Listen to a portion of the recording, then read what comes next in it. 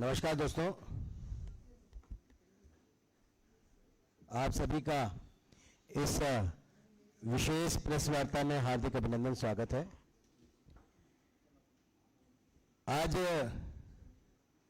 दिल्ली के इस महाठग के खिलाफ जो अभियान दिल्ली की जनता और भारतीय जनता पार्टी चला रही है, उसके अंदर दिल्ली की जनता ने जितने सवाल पूछे हैं उनका जवाब देने के लिए वो दिल्ली की जनता से लगातार दूसरे राज्यों में भाग रहा है।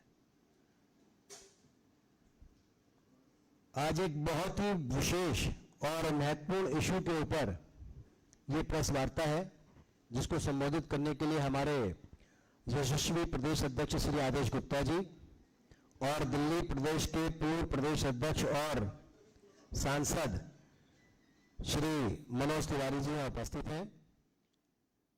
मेरे साथी दिल्ली प्रदेश के प्रवक्ता भाई आदित्य झा भी यहाँ प्रेस वार्ता में उपस्थित है। मैं माननीय अध्यक्ष जी से निवेदन करूंगा कि वो इस प्रेस वार्ता को संबोधित करें। धन्यवाद नवीन जी। आज प्रेस वार्ता में उपस्थित पार्टी के वरिष्ठ नेता, पूर्व अध्यक्ष और सांसद आदरणीय मनोज तिवारी जी, हमारे मीडिया प्रमुख नवीन जी और प्रवक्ता आदित्य झा जी, यहाँ उपस्थित सभी हमारे मीडिया के मित्रों, साथियों, आज एक बहुत ही महत्वपूर्ण मुद्दा जो लगातार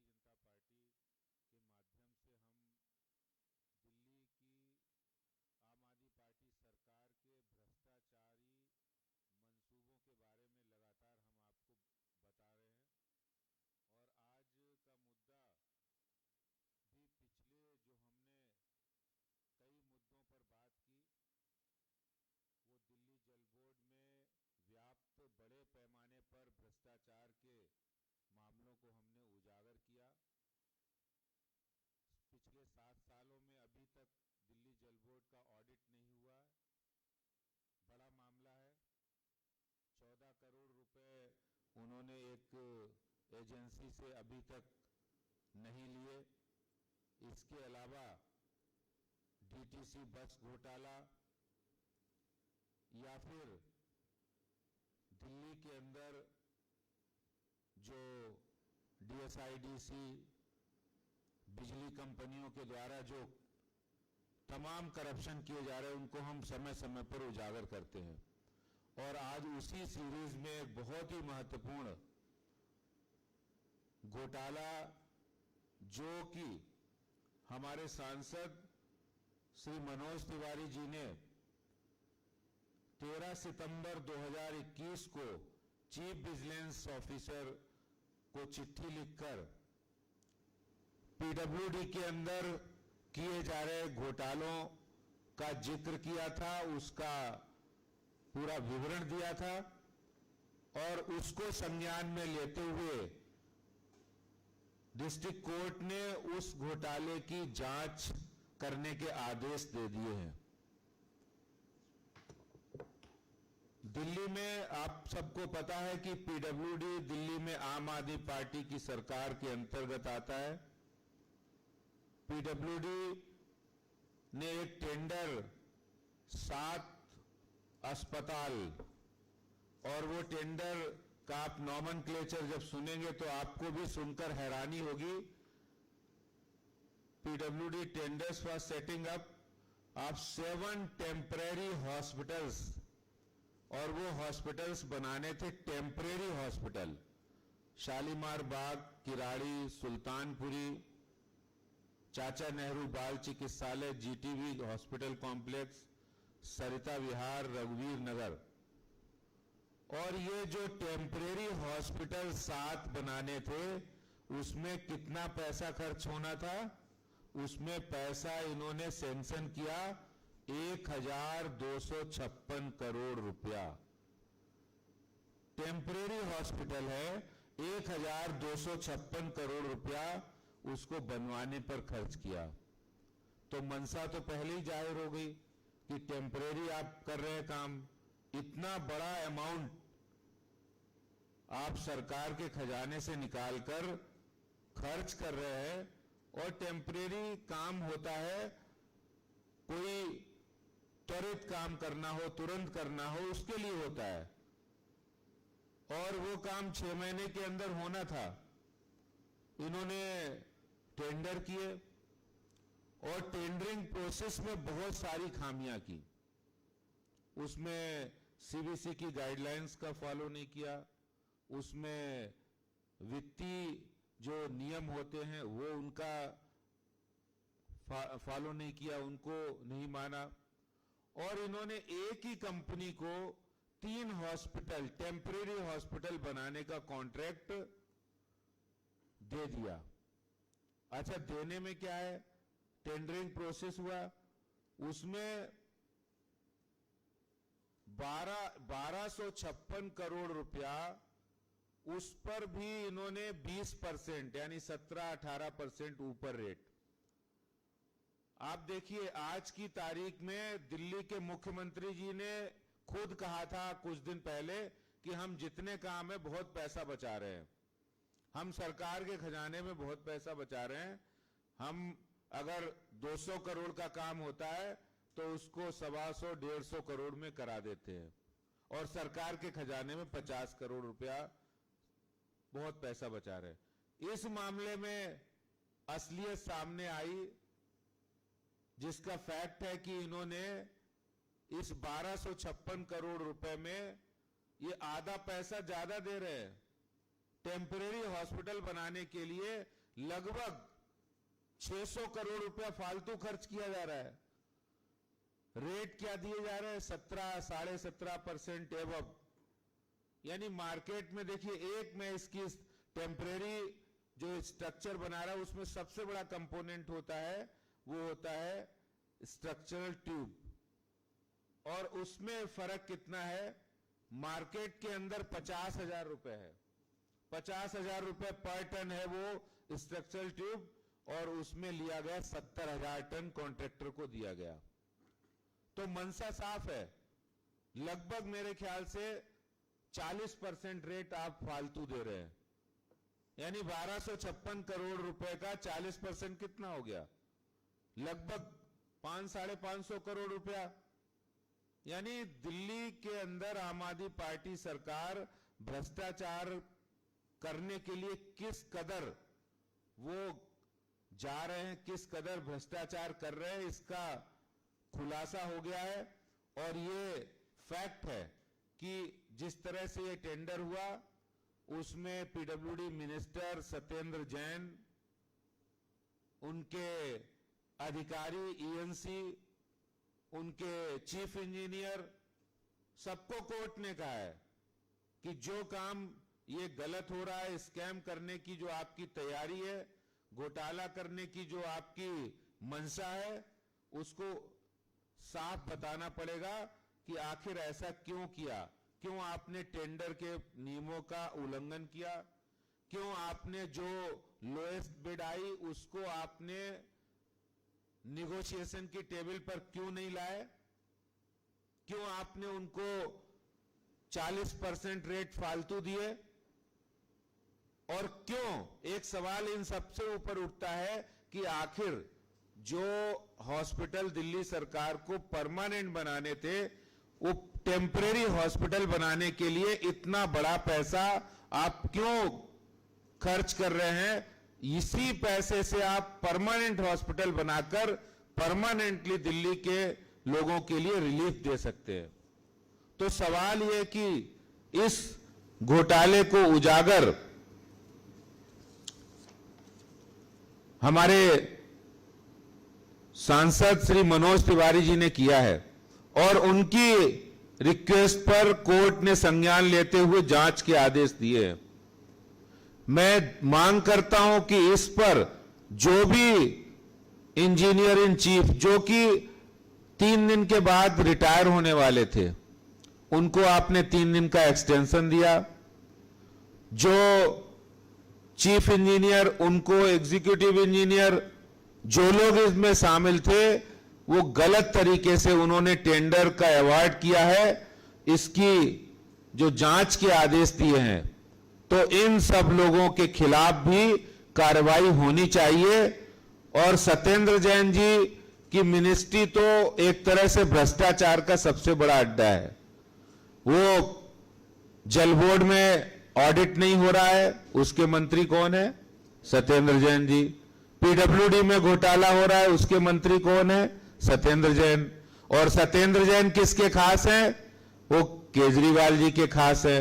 तो आप समझ सकते हैं कि दिल्ली के अंदर टैक्स का जो पैसा पब्लिक दे रही है, उस पैसे को करप्शन करके आम आदमी पार्टी किस कदर ये दिल्ली के अंदर भ्रष्टाचार कर रही है। और इस पर तुरंत जो कोर्ट ने संज्ञान लिया है, भारतीय जनता पार्टी इसका तो स्वागत करती ही है, लेकिन जो ये सत्येंद्र जैन पीडब्ल्यूडी मिनिस्टर और ईएनसी की मिलीभगत से जो ये हुआ है, ये जनता को जानना बहुत जरूरी है कि आखिर दिल्ली के अंदर ये भ्रष्टाचारी सरकार जो लगातार भ्रष्टाचार कर रही है, इनको जनता को ये पता होना चाहिए, जनता को ये मालूम है, हो गया है कि इस समय दिल्ली में अरविंद केजरीवाल दिल्ली में नहीं दिखाई पड़ रहे हैं, वो दूसरे राज्यों में दिखाई पड़ रहे हैं, ज्यादा वहां पैसा खर्च कर रहे हैं। आखिर इसके पीछे जो कारण है वो ये है कि दिल्ली की लोगों का पैसा आम आदमी पार्टी अपने मकसद के लिए खर्च कर रही है। यही बात मैं आपसे कहना चाहता हूं। बहुत बहुत धन्यवाद। धन्यवाद माननीय जी। मेरा निवेदन है कि इस पूरे विषय को जनता के सामने लाना और कानूनी लड़ाई लड़कर के इसकी जांच एंटी करप्शन ब्यूरो को सौंपने में सबसे बड़ी भूमिका निभाई हमारे पूर्व प्रदेश अध्यक्ष और लोकप्रिय सांसद माननीय मनोज तिवारी जी ने। मैं मनोज तिवारी जी से निवेदन करूंगा कि वो अपना वक्तव्य रखें। धन्यवाद नवीन जी। हमारे जुझारू प्रदेश अध्यक्ष आदेश गुप्ता जी ने आपके सामने बहुत सारे फैक्ट्स रखे हैं दोस्तों, और ये आज हम आपके सामने इसलिए बैठे हैं कि हमारी इन सारी बातों से माननीय न्यायालय भी सहमत हुए हैं, और जो हमारी अदालत है उसने एसीबी से रिपोर्ट मांग ली है कि इस पे सारी रिपोर्ट 9 तारीख को 9 अक्टूबर को दिया जाए। ये हमारे पार्टी के द्वारा उठाए गए कई सवालों के लिए, भ्रष्टाचार से जो संबंधित है दिल्ली सरकार के, और ऐसी बहुत सारी संभावनाओं के लिए ये बहुत ही महत्वपूर्ण पल है। अब आप देखिए, दिल्ली समस्याओं से परेशान है, दिल्ली जल जमाव से परेशान है, पानी होती है आप स्थिति देख रहे हैं। दिल्ली के मैक्सिमम लोगों के पास जो गरीब है, राशन कार्ड नहीं है, वो परेशान है, उनको नरेंद्र मोदी द्वारा दिया गया राशन कैसे मिले। दिल्ली के लोग साफ पानी के लिए परेशान है, और दिल्ली की सरकार लूट में व्यस्त है।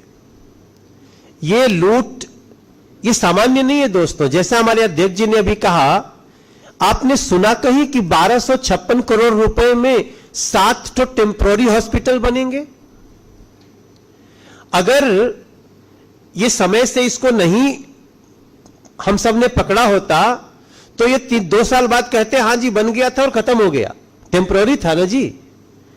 1256 करोड़ रुपए में 7 टेम्पोररी हॉस्पिटल, वो भी आप 31 अगस्त को टेंडर कर रहे हैं, जबकि सारा कोरोना का जो काल था, जब आपको शुरुआत में कुछ टेम्पोररी होता तो समझ में आती बात।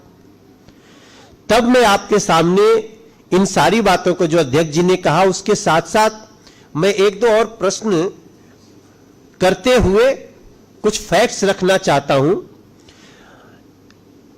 मेरे मीडिया के बंधु, मेरे दिल्ली के सभी नागरिकगण, आपको पता चले कि हमने यही प्रार्थना किया था कि सत्येंद्र जैन के लिप्तता को देखते हुए इस भ्रष्टाचार में, उनके जो चीफ थे पीडब्ल्यूडी के, उनकी लिप्तता को ध्यान में रखते हुए, शशिकांत नाम है उनका, और संजीव रस्तोगी जो चीफ इंजीनियर पीडब्ल्यूडी के हैं, इन लोगों की लिप्तता को ध्यान में रखते हुए इस पर इंक्वायरी सेटअप हो।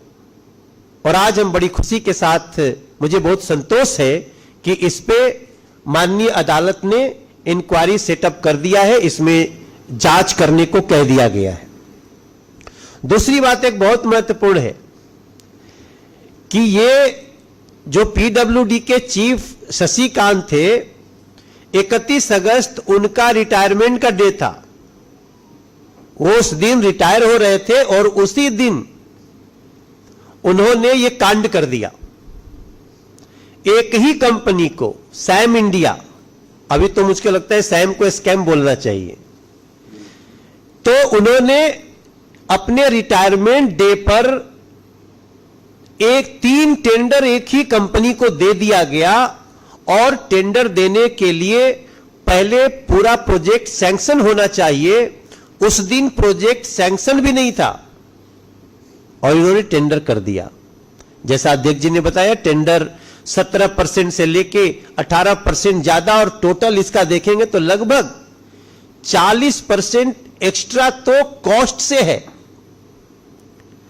और नेक्स्ट पॉइंट बहुत इंपॉर्टेंट है, जब हम बात करते हैं तो हम सबको याद आता है अरविंद केजरीवाल जी की वो बात, जैसा अभी अध्यक्ष जी कह रहे थे कि ये बार बार दावा करते हैं कि हम एस्टिमेटेड कॉस्ट से हमेशा 30%, 40%, 50% तक कम में चीज बना देते हैं। ये आप सबको पता है, कई बार कहा है उन्होंने, दिल्ली को पता है। अब मैं आपको बता रहा हूं कि इन्होंने एस्टिमेटेड कॉस्ट के साथ कितना कम किया और कितना ज्यादा किया। ये डिटेल से जो हमने पता किया है, पहला टेंडर सैम इंडिया को वर्क ऑर्डर हुआ है 506.8 करोड़ में, जबकि एस्टिमेटेड कॉस्ट मात्र 431 करोड़ है। मतलब ये 17.50% एक्स्ट्रा है। सैम इंडिया को दूसरा जो दिया है उन्होंने 407.75 करोड़ का, जिसमें एस्टिमेटेड कॉस्ट मात्र 355 करोड़ है। उस काम का, मैं तो सिर्फ जिसका टेंडर हुआ है, अगर वो बनेगा तब उसका क्या कीमत होगा ये बता रहा हूं। बनेगा कि नहीं अभी तो टेम्पररी पे आता हूं बाद में, जैसा अध्यक्ष जी ने कहा। तीसरा है टेंडर सैम इंडिया को ही 342.8 करोड़ का, जो कि एस्टिमेटेड कॉस्ट है 291 करोड़, इससे 17.50% ज्यादा है। अब सवाल उठता है कि अरविंद केजरीवाल जी जो कहते हो उसका कहीं कुछ, उस पे खड़े भी रहते हैं आप। एस्टिमेटेड कॉस्ट से 18% ज्यादा पे आप टेंडर करते हैं, उस अधिकारी से कराते हैं जो उस दिन रिटायरमेंट होने जा रहा है। जो संजीव रस्तोगी हैं, वो 4 महीना पहले ट्रांसफर हो चुके हैं, उनको सिर्फ इसलिए रखा गया है कि ये टेंडर जरा करवा के जाना। तब हमने कहा इन सब की लिप्तता की जांच होनी चाहिए। एंड थैंक्स टू कोर्ट जिन्होंने ये हमारी प्रार्थना को माना है।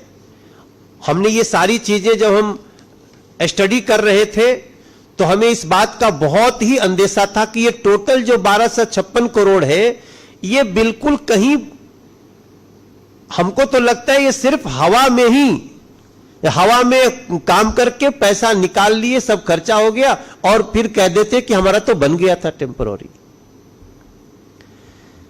मैं आप सबको ये जानकारी में डालना चाहता हूं, मैंने अपने डाउट्स पूछे थे उनसे।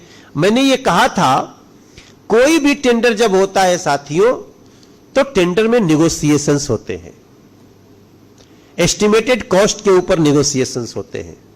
जब उसका एस्टिमेट बनता है तो हम उनसे बोलते हैं भाई ये तो टॉप मैक्सिमम एस्टिमेटेड है, क्या आप इससे थोड़ा कम में कर सकते हैं। और आपको बताऊं, हम भी जब प्रदेश अध्यक्ष रहते हुए हमने बहुत सारी एस्टिमेटेड कॉस्ट को बहुत कम में किया।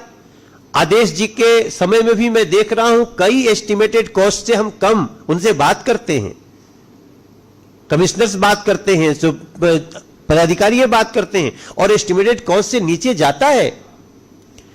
तब आपको बताऊं कि इन्होंने एक लाइन भी नेगोशिएशंस नहीं किया है और समय भी कहां था, जिस दिन रिटायरमेंट था उसी दिन कर देना था सब। तो आपको एक और पॉइंट बताऊं मैं कि हमारे सत्येंद्र जैन, शशिकांत संजीव रस्तोगी, ये जिस दिन इसको टेंडर किए हैं, फॉर्मली ये प्रोजेक्ट सैंक्शन भी नहीं था। टेंडर तब होता है जब वो उस प्रोजेक्ट को उस दिन सैंक्शन उसके बाद किया गया और टेंडर पहले हो रहा है। आप दिल्ली के खजाने को कितना लूटना चाहते हैं अरविंद केजरीवाल जी, सत्येंद्र जैन जैसे अपने साथियों के साथ। आपको इन्होंने चेक भी नहीं किया है कि क्या सैम इंडिया इस कार्य को करने के लिए सक्षम है कि नहीं। क्योंकि अगर इस प्रकार से देखा जाए तो सवाल उठते हैं कि एक single contractor 200 crore per month का काम और 6 महीने के अंदर तीनों काम करने को दे रहा, क्या उसकी क्षमता पहले ऐसे रही है? नहीं, इसका चेक भी नहीं किया गया, इसका कोई बात भी नहीं किया गया है। तब हम इसको एक मोडस ऑपरेंडी के रूप में देखते हैं साथियों। जैसे पीछे हमारे प्रदेश अध्यक्ष जी ने लगातार कई स्कैम उजागर किए हैं, उस पर कोई जवाब दिल्ली सरकार का नहीं आता है। मैं प्रार्थना करना चाहता हूं, जिस प्रकार से इस भ्रष्टाचार पे इंक्वायरी सेटअप हुई है, पीछे भी जो भ्रष्टाचार के बात हमारे प्रदेश अध्यक्ष ने, हमारे दिल्ली के लोगों ने, चूंकि अब तो क्या करें, किसके मार्फत उठाएं, दिल्ली की सारी जनता की तो बात सरकार सुनने को राजी नहीं है। हमें विपक्ष के रूप में हमारा कर्तव्य है कि हम उठाएंगे, तो उन सारे उठाए हुए मुद्दों को भी, उसका भी जांच होना चाहिए। यह हमारी प्रार्थना है एजेंसी से, माननीय न्यायालय से। हम उसमें आगे बढ़ेंगे और एक बार फिर से जो ये इंक्वायरी सेटअप हुई है, जिसका रिपोर्ट माननीय कोर्ट ने एसीबी से 9 तारीख को मांगा है, हमें पूरा विश्वास है कि एसीबी और अन्य एजेंसियां इस पे तुरंत कार्रवाई करेंगी अपनी रिपोर्ट देने के साथ, और दूध का दूध पानी का पानी होगा। हम दिल्ली के खजाने को अरविंद केजरीवाल जैसे लुटेरों को लूटने नहीं देंगे, इसका हम शपथ खाए हुए। Thank you very much. इस विषय से संबंधित कोई सवाल? मनोज जी, इस पूरे घोटाले के बारे में आपको कब पता चला था? इसी साल 31 अगस्त की आप बात कर रहे हैं, और दूसरी बात ये, जो टेंडर की रकम है 1256 करोड़, या ये सैंक्शन हो चुकी है सैम इंडिया को या नहीं हुई है? ये अब सैंक्शन हुआ बाद में, टेंडर हुआ पहले। और हमें ये बात पता चली, हमको पता चली है सितंबर के 2nd वीक में, इसी साल। अब तो जब सब घटना हुई तभी पता चलेगा।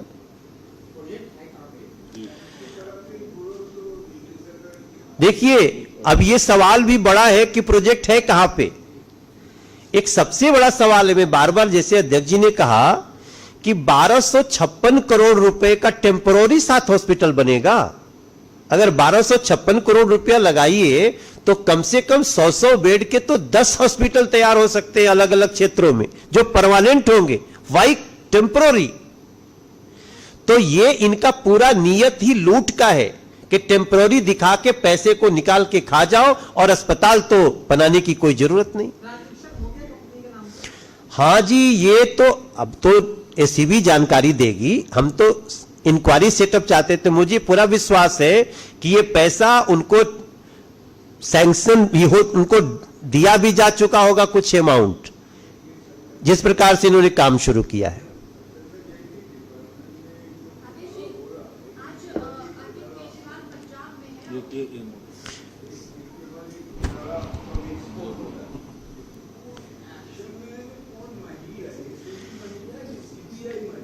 हम खुशी व्यक्त करते हैं, एक्शन शुरू हुआ है माननीय अदालत के द्वारा। इसमें इंक्वायरी सेटअप करना, एसीबी से रिपोर्ट मांगना, यह दिल्ली के लिए बहुत राहत की बात है, और ये यही बताता है कि अपराधी चाहे जितना भी शयाना हो, कानून और एजेंसियां वहां तक पहुंचेंगी।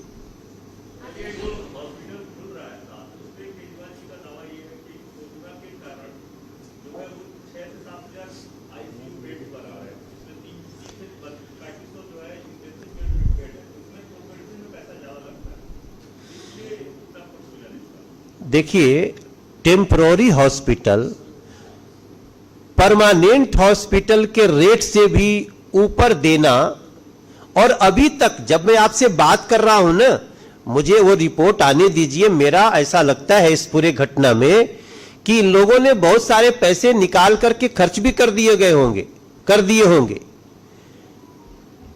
तो इन सारी चीजों का मैं इंतजार करूंगा। हम बड़ी ही सारी बातें हम पेपर के जानकारी के साथ कर रहे हैं। हम इसमें कोई भी लफाजी नहीं कर रहे हैं। हम एक एक पॉइंट्स जो हमने कोर्ट से पूछा था, एसीबी से पूछा था, माननीय एलजी से पूछा था, सबको कॉपी दी थी हमने।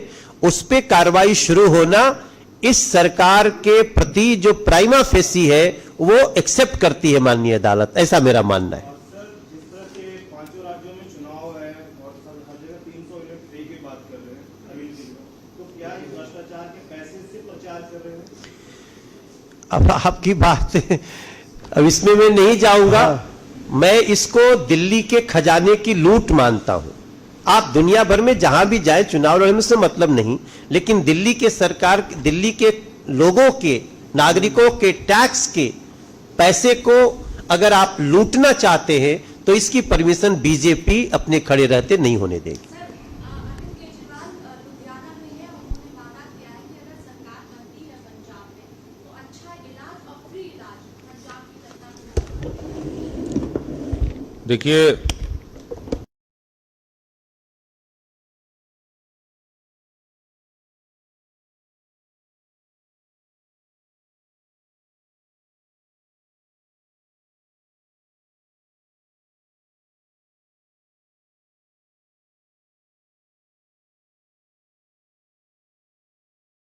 बिल्कुल फ्री दिया जा रहा है और दिल्ली के 50 लाख लोग उससे लाभान्वित होते, लेकिन दिल्ली में केजरीवाल साहब ने वो नहीं होने दिया। और आज दिल्ली में हालात ये है कि दिल्ली के अंदर अस्पतालों, कोरोना के दौरान क्या हालात हुए केजरीवाल सरकार ने किए। ये झूठी बात करना, झूठे वादे करना, लोगों को इस तरह बात करके, मुझे लगता है इसमें केजरीवाल साहब ने पीएचडी हासिल कर रखी है।